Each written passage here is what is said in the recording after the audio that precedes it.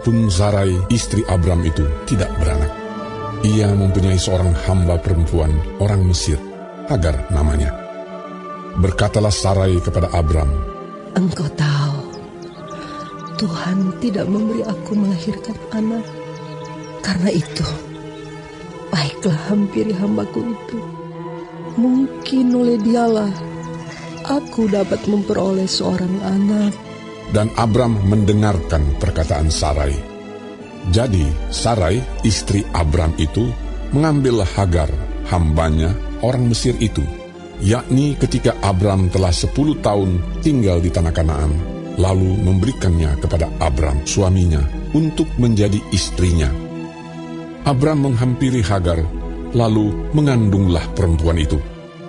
Ketika Hagar tahu bahwa ia mengandung, maka ia memandang rendah akan nyonyanya itu. Lalu berkatalah Sarai kepada Abram, "Penghinaan yang kuderita ini adalah tanggung jawabmu. Akulah yang memberikan hambaku ke pangkuanmu. Tetapi baru saja ia tahu bahwa ia mengandung. Ia memandang rendah akan aku. Tuhan kiranya yang menjadi hakim antara aku dan engkau." Kata Abram kepada Sarai, "Hambamu itu di bawah kekuasaanmu. Perbuatlah kepadanya apa yang kau pandang baik." Lalu Sarai menindas Hagar, sehingga ia lari meninggalkannya. Lalu malaikat Tuhan menjumpainya dekat suatu mata air di padang gurun, yakni dekat mata air di jalan ke Syur. Katanya, "Hagar, hamba Sarai, dari manakah datangmu, dan kemanakah pergimu?" Jawabnya, "Aku lari meninggalkan Sarai, nyonyaku." Lalu kata malaikat Tuhan itu kepadanya, "Kembalilah kepada nyonyamu, biarkanlah engkau ditindas di bawah kekuasaannya." Lagi kata malaikat Tuhan itu kepadanya, "Aku akan membuat sangat banyak keturunan, sehingga tidak dapat dihitung karena banyaknya." Selanjutnya kata malaikat Tuhan itu kepadanya, "Engkau mengandung dan akan melahirkan seorang anak laki-laki, dan akan menamainya Ismail. Sebab Tuhan telah mendengar tentang penindasan atasmu itu. Seorang laki-laki yang lakunya seperti keledai liar. Demikianlah nanti anak itu. Tangannya akan melawan tiap-tiap orang, dan tangan tiap-tiap orang akan melawan dia. Dan di tempat kediamannya, ia akan menentang semua saudaranya." Kemudian Hagar menamakan Tuhan yang telah berfirman kepadanya itu dengan sebutan, "Engkaulah El Roi." Sebab katanya, "Bukankah di sini kulihat Dia yang telah melihat aku?" sebab itu sumur tadi disebutkan orang sumur Lahai Roi, letaknya antara Kades dan Beret. Lalu Hagar melahirkan seorang anak laki-laki bagi Abram, dan Abram menamai anak yang dilahirkan Hagar itu Ismail. Abram berumur 86 tahun ketika Hagar melahirkan Ismail baginya. Ketika Abram berumur 99 tahun, maka Tuhan menampakkan diri kepada Abram dan berfirman kepadanya, "Akulah Allah yang Maha Kuasa. Hiduplah di hadapanku dengan tidak bercela. Aku akan mengadakan perjanjian antara aku dan engkau, dan aku akan membuat engkau sangat banyak." Lalu sujudlah Abram, dan Allah berfirman kepadanya, "Dari pihakku, inilah perjanjianku dengan engkau. Engkau akan menjadi bapa sejumlah besar bangsa. Karena itu, namamu bukan lagi Abram, melainkan Abraham. Karena engkau telah kutetapkan menjadi bapa sejumlah besar bangsa. Aku akan membuat engkau beranak cucu sangat banyak. Engkau akan kubuat menjadi bangsa-bangsa, dan daripadamu akan berasal raja-raja. Aku akan mengadakan perjanjian antara aku dan engkau, serta keturunanmu turun-temurun, menjadi perjanjian yang kekal, supaya aku menjadi Allahmu dan Allah keturunanmu. Kepadamu dan kepada keturunanmu akan kuberikan negeri yang kau diami sebagai orang asing, yakni seluruh tanah Kanaan akan kuberikan menjadi milikmu untuk selama-lamanya. Dan aku akan menjadi Allah mereka." Lagi firman Allah kepada Abraham, "Dari pihakmu, engkau harus memegang perjanjianku, engkau dan keturunanmu turun-temurun.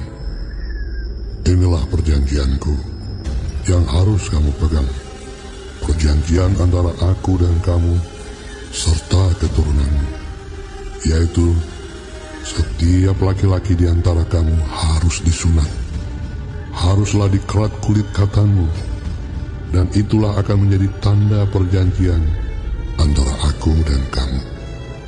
Anak yang berumur 8 hari haruslah disunat, yakni setiap laki-laki di antara kamu, turun-temurun, baik yang lahir di rumahmu, maupun yang dibeli dengan uang dari salah seorang asing, tetapi tidak termasuk keturunanmu. Orang yang lahir di rumahmu dan orang yang engkau beli dengan uang harus disunat. Maka dalam dagingmu lah perjanjianku itu menjadi perjanjian yang kekal. Dan orang yang tidak disunat, yakni laki-laki yang tidak dikerat kulit katannya, maka orang itu harus dilenyapkan dari antara orang-orang sebangsanya. Ia telah mengingkari perjanjianku. Selanjutnya Allah berfirman kepada Abraham, Tentang istrimu Sarai, janganlah engkau menyebut dia lagi Sarai, tetapi Sarah, itulah namanya. Aku akan memberkatinya, dan daripadanya juga aku akan memberikan kepadamu seorang anak laki-laki. Bahkan aku akan memberkatinya, sehingga ia menjadi ibu bangsa-bangsa. Raja-raja bangsa-bangsa akan lahir daripadanya. Lalu tertunduklah Abraham dan tertawa serta berkata dalam hatinya, Mungkinkah bagi seorang yang berumur 100 tahun dilahirkan seorang anak? Dan mungkinkah Sarah yang telah berumur 90 tahun itu melahirkan seorang anak? Dan Abraham berkata kepada Allah, Sekiranya Ismail diperkenankan hidup di hadapan-Mu. Tetapi Allah berfirman, Tidak, melainkan istrimu Sarah lah yang akan melahirkan anak laki-laki bagimu, dan engkau akan menamai dia Ishak. Dan aku akan mengadakan perjanjianku dengan dia, menjadi perjanjian yang kekal untuk keturunannya. Tentang Ismail, aku telah mendengarkan permintaanmu. Ia akan kuberkati, kubuat beranak cucu dan sangat banyak. Ia akan memperanakkan 12 raja, dan aku akan membuatnya menjadi bangsa yang besar. Tetapi perjanjianku akan kuadakan dengan Ishak, yang akan dilahirkan Sarah bagimu tahun yang akan datang pada waktu seperti ini juga. Setelah selesai berfirman kepada Abraham, naiklah Allah meninggalkan Abraham. Setelah itu Abraham memanggil Ismail, anaknya, dan semua orang yang lahir di rumahnya, juga semua orang yang dibelinya dengan uang, yakni setiap laki-laki dari isi rumahnya. Lalu ia mengerat kulit katan mereka pada hari itu juga, seperti yang telah difirmankan Allah kepadanya. Abraham berumur 99 tahun ketika dikerat kulit katannya. Dan Ismail, anaknya, berumur 13 tahun ketika dikerat kulit katannya. Pada hari itu juga Abraham dan Ismail, anaknya, disunat. Dan semua orang dari isi rumah Abraham, baik yang lahir di rumahnya maupun yang dibeli dengan uang dari orang asing, disunat bersama-sama dengan dia. Sesudah itu berfirmanlah Tuhan, Sesungguhnya banyak keluh kesah orang tentang Sodom dan Gomora, dan sesungguhnya sangat berat dosanya. Baiklah, aku turun untuk melihat apakah benar-benar mereka telah berkelakuan seperti keluh kesah orang yang telah sampai kepadaku atau tidak. Aku hendak mengetahuinya. Lalu berpalinglah orang-orang itu dari situ dan berjalan ke Sodom. Tetapi Abraham masih tetap berdiri di hadapan Tuhan. Abraham datang mendekat dan berkata, Apakah engkau akan melenyapkan orang benar bersama-sama dengan orang fasik? Bagaimana sekiranya ada 50 orang benar dalam kota itu? Apakah engkau akan melenyapkan tempat itu? Dan tidakkah engkau mengampuninya karena ke-50 orang benar yang ada di dalamnya itu?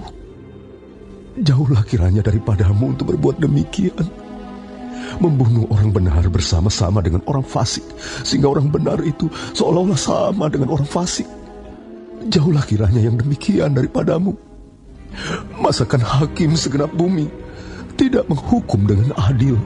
Tuhan berfirman, Jika kudapati 50 orang benar dalam kota Sodom, aku akan mengampuni seluruh tempat itu karena mereka.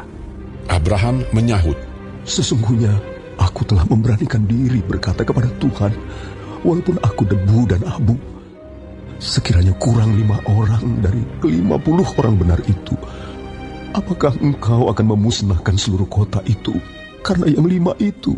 firman-Nya, Aku tidak memusnahkannya jika kudapati 45 di sana. Lagi Abraham melanjutkan perkataannya kepadanya. Sekiranya 40 didapati di sana, Firman-Nya, Aku tidak akan berbuat demikian karena yang 40 itu. katanya, janganlah kiranya Tuhan murka kalau aku berkata sekali lagi, sekiranya 30 didapati di sana. firman-Nya, Aku tidak akan berbuat demikian jika kudapati 30 di sana. katanya, Sesungguhnya aku telah memberanikan diri berkata kepada Tuhan, sekiranya 20 didapati di sana. firman-Nya, Aku tidak akan memusnahkannya karena yang 20 itu. katanya, Janganlah kiranya Tuhan murka kalau aku berkata lagi sekali ini saja, sekiranya 10 didapati di sana. firman-Nya. Aku tidak akan memusnahkannya karena yang 10 itu. Lalu pergilah Tuhan setelah ia selesai berfirman kepada Abraham, dan kembalilah Abraham ke tempat tinggalnya. Lalu kedua orang itu berkata kepada Lot, Siapakah kamu yang ada di sini lagi? Menantu atau anakmu laki-laki, anakmu perempuan, atau siapa saja kamu di kota ini? Bawalah mereka keluar dari tempat ini, sebab kami akan memusnahkan tempat ini. Karena banyak keluh kesah orang tentang kota ini di hadapan Tuhan. Sebab itulah Tuhan mengutus kami untuk memusnahkannya. Keluarlah Lot, lalu berbicara dengan kedua bakal menantunya, yang akan kawin dengan kedua anaknya perempuan. Katanya, Bangunlah, keluarlah dari tempat ini, sebab Tuhan akan memusnahkan kota ini. tetapi ia dipandang oleh kedua bakal menantunya itu sebagai orang yang berolok-olok saja. Ketika fajar telah menyingsing, kedua malaikat itu mendesak Lot supaya bersegera. Katanya, Bangunlah, bawalah istrimu dan kedua anakmu yang ada di sini, supaya engkau jangan mati lenyap karena kedurjanaan kota ini. ketika ia berlambat-lambat, maka tangannya, tangan istri dan tangan kedua anaknya dipegang oleh kedua orang itu, sebab Tuhan hendak mengasihani dia. Lalu kedua orang itu menuntunnya keluar kota dan melepaskannya di sana. Matahari telah terbit menyinari bumi ketika Lot tiba di Zoar. Kemudian Tuhan menurunkan hujan belerang dan api atas Sodom dan Gomora, berasal dari Tuhan dari langit. Dan ditunggang balikannya lah kota-kota itu dan lembah Yordan dan semua penduduk kota-kota serta tumbuh-tumbuhan di tanah. Tetapi istri Lot yang berjalan mengikutnya menoleh ke belakang lalu menjadi tiang garam. Ketika Abraham pagi-pagi pergi ke tempat ia berdiri di hadapan Tuhan itu dan memandang ke arah Sodom dan Gomora serta ke seluruh tanah lembah Yordan, maka dilihatnyalah asap dari bumi membubung ke atas sebagai asap dari dapur peleburan. Demikianlah pada waktu Allah memusnahkan kota-kota di lembah Yordan dan menunggang balikkan kota-kota kediaman Lot, maka Allah ingat kepada Abraham, lalu dikeluarkannyalah Lot dari tengah-tengah tempat yang ditunggang balikkan itu. Pergilah Lot dari Zoar, dan ia menetap bersama-sama dengan kedua anaknya perempuan di pegunungan, sebab ia tidak berani tinggal di Zoar. Maka diamlah ia dalam suatu gua beserta kedua anaknya. Tuhan memperhatikan Sarah seperti yang difirmankannya, dan Tuhan melakukan kepada Sarah seperti yang dijanjikannya. Maka mengandunglah Sarah, lalu ia melahirkan seorang anak laki-laki bagi Abraham dalam masa tuanya, pada waktu yang telah ditetapkan sesuai dengan firman Allah kepadanya. Abraham menamai anaknya yang baru lahir itu Ishak, yang dilahirkan Sara baginya. Kemudian Abraham menyunat Ishak, anaknya itu, ketika berumur 8 hari, seperti yang diperintahkan Allah kepadanya. Adapun Abraham berumur 100 tahun ketika Ishak, anaknya, lahir baginya. Berkatalah Sara, Allah telah membuat aku tertawa. Setiap orang yang mendengarnya akan tertawa karena aku. Lagi katanya, Siapakah tadinya yang dapat mengatakan kepada Abraham, Sara menyusui anak? Namun, aku telah melahirkan seorang anak laki-laki baginya pada masa tuanya. bertambah besarlah anak itu dan ia disapih. Lalu Abraham mengadakan perjamuan besar pada hari Ishak disapih itu. Pada waktu itu Sara melihat bahwa anak yang dilahirkan Hagar, perempuan Mesir itu bagi Abraham, sedang main dengan Ishak anaknya sendiri.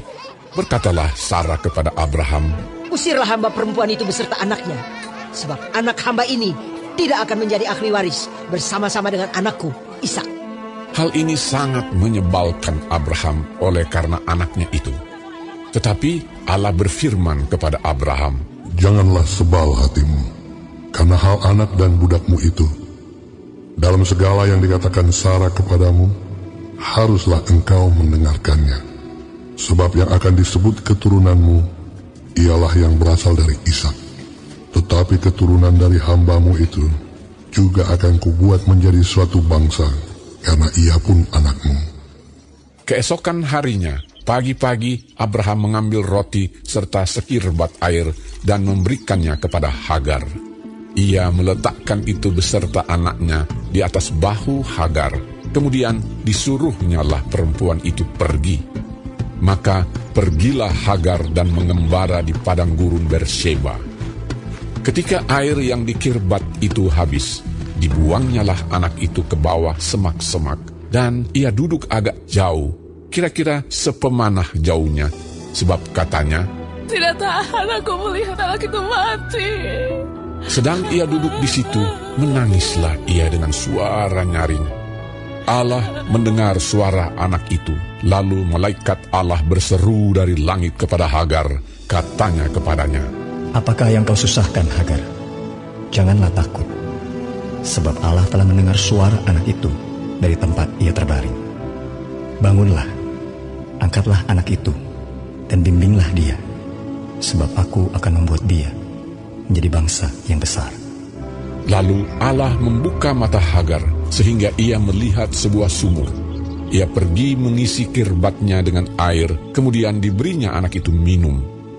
Allah menyertai anak itu, sehingga ia bertambah besar. Ia menetap di padang gurun dan menjadi seorang pemanah. Maka tinggallah ia di padang gurun Paran, dan ibunya mengambil seorang istri baginya dari tanah Mesir. Pada waktu itu Abimelek beserta Pikol, panglima tentaranya, berkata kepada Abraham, "Allah menyertai engkau dalam segala sesuatu yang engkau lakukan. Oleh sebab itu, bersumpahlah kepadaku di sini demi Allah, bahwa engkau tidak akan berlaku curang kepadaku, atau kepada anak-anakku, atau kepada cucu cicitku, sesuai dengan persahabatan yang kulakukan kepadamu. Demikianlah harus engkau berlaku kepadaku dan kepada negeri yang kau tinggali sebagai orang asing." Lalu kata Abraham, "Aku bersumpah." Tetapi Abraham menyesali Abimelek tentang sebuah sumur yang telah dirampas oleh hamba-hamba Abimelek. Jawab Abimelek, "Aku tidak tahu siapa yang melakukan hal itu. Lagi tidak kau beritahukan kepadaku, dan sampai hari ini belum pula ku dengar." Lalu Abraham mengambil domba dan lembu dan memberikan semuanya itu kepada Abimelek. Kemudian kedua orang itu mengadakan perjanjian. Tetapi Abraham memisahkan 7 anak domba betina dari domba-domba itu. Lalu kata Abimelek kepada Abraham, "Untuk apakah ke-7 anak domba yang kau pisahkan ini?" Jawabnya, "Ke-7 anak domba ini harus kau terima dari tanganku untuk menjadi tanda bukti bagiku, bahwa akulah yang menggali sumur ini." Sebab itu orang menyebutkan tempat itu Beersheba, karena kedua orang itu telah bersumpah di sana. Setelah mereka mengadakan perjanjian di Beersheba, pulanglah Abimelek beserta Pikol, panglima tentaranya, ke negeri orang Filistin. Lalu Abraham menanam sebatang pohon tamariska di Beersheba dan memanggil di sana nama Tuhan Allah yang kekal. Dan masih lama Abraham tinggal sebagai orang asing di negeri orang Filistin. Setelah semuanya itu, Allah mencoba Abraham. Ia berfirman kepadanya, Abraham. Lalu sahutnya, Ya Tuhan. Firman-Nya, Ambillah anakmu yang tunggal itu, yang engkau kasihi, yakni Ishak. Pergilah ke tanah Moria, dan persembahkanlah dia di sana, sebagai korban bakaran pada salah satu gunung yang akan kukatakan kepadamu. Keesokan harinya, pagi-pagi, bangunlah Abraham. Ia memasang pelana keledainya dan memanggil 2 orang bujangnya, beserta Ishak, anaknya. Ia membelah juga kayu untuk korban bakaran itu. Lalu berangkatlah ia dan pergi ke tempat yang dikatakan Allah kepadanya. Ketika pada hari ketiga Abraham melayangkan pandangnya, kelihatanlah kepadanya tempat itu dari jauh. Kata Abraham kepada kedua bujangnya itu, Tinggallah kamu di sini dengan keledai ini.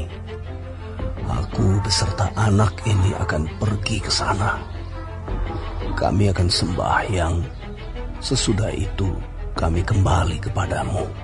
Lalu Abraham mengambil kayu untuk korban bakaran itu dan memikulkannya ke atas bahu Ishak, anaknya, sedang di tangannya dibawanya api dan pisau. Demikianlah keduanya berjalan bersama-sama. Lalu berkatalah Ishak kepada Abraham ayahnya, Bapak, sahut Abraham, Ya anakku. Bertanyalah ia, di sini sudah ada api dan kayu. Tetapi, di manakah anak domba untuk korban bakaran itu? Sahut Abraham, Allah yang akan menyediakan anak domba untuk korban bakaran baginya, anakku. Demikianlah keduanya berjalan bersama-sama. Sampailah mereka ke tempat yang dikatakan Allah kepadanya. Lalu Abraham mendirikan mezbah di situ. Disusunnyalah kayu, diikatnya Ishak anaknya itu, dan diletakkannya di mezbah itu di atas kayu api. Sesudah itu Abraham mengulurkan tangannya, lalu mengambil pisau untuk menyembelih anaknya. Tetapi berserulah malaikat Tuhan dari langit kepadanya, Abraham, Abraham. Sahutnya, Ya Tuhan. Lalu ia berfirman, Jangan bunuh anak itu, dan jangan kau apa-apakan dia, sebab telah kuketahui sekarang bahwa engkau takut akan Allah, dan engkau tidak segan-segan untuk menyerahkan anakmu yang tunggal kepadaku. Lalu Abraham menoleh dan melihat seekor domba jantan di belakangnya, yang tanduknya tersangkut dalam belukar. Abraham mengambil domba itu, lalu mengorbankannya sebagai korban bakaran pengganti anaknya. Dan Abraham menamai tempat itu, Tuhan menyediakan. Sebab itu sampai sekarang dikatakan orang, di atas gunung Tuhan akan disediakan. Untuk kedua kalinya berserulah malaikat Tuhan dari langit kepada Abraham. Katanya, Aku bersumpah demi diriku sendiri, demikianlah firman Tuhan.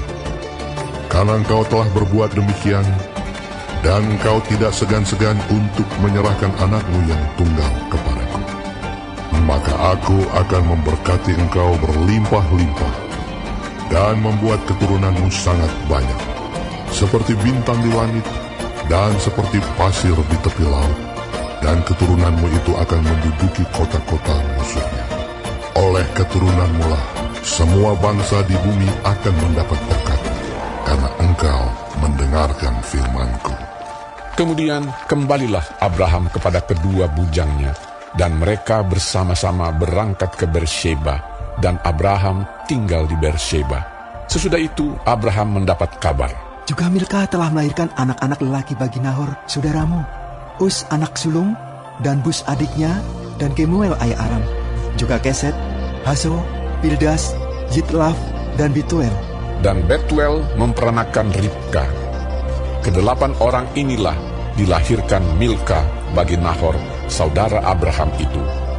Dan gundik Nahor yang namanya Reuma melahirkan anak juga, yakni Tebah, Gaham, Tahash, dan Maakah.